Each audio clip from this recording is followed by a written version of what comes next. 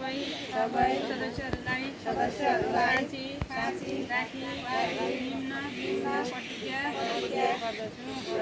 हामी तोकिएको दिन र समयमा केन्द्रमा हाजिर हुन्छौँ। हामी केन्द्रमा अनुशासनमा बस्छौँ। समूह सदस्य तथा विपरोक्ष लघु वित्तीय संस्थाको सुरक्षा गर्छौँ।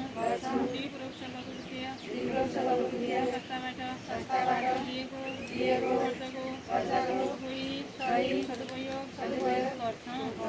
हामी आफ्ना समाजमा आपसमा मेलमिलाप राख्छौँ।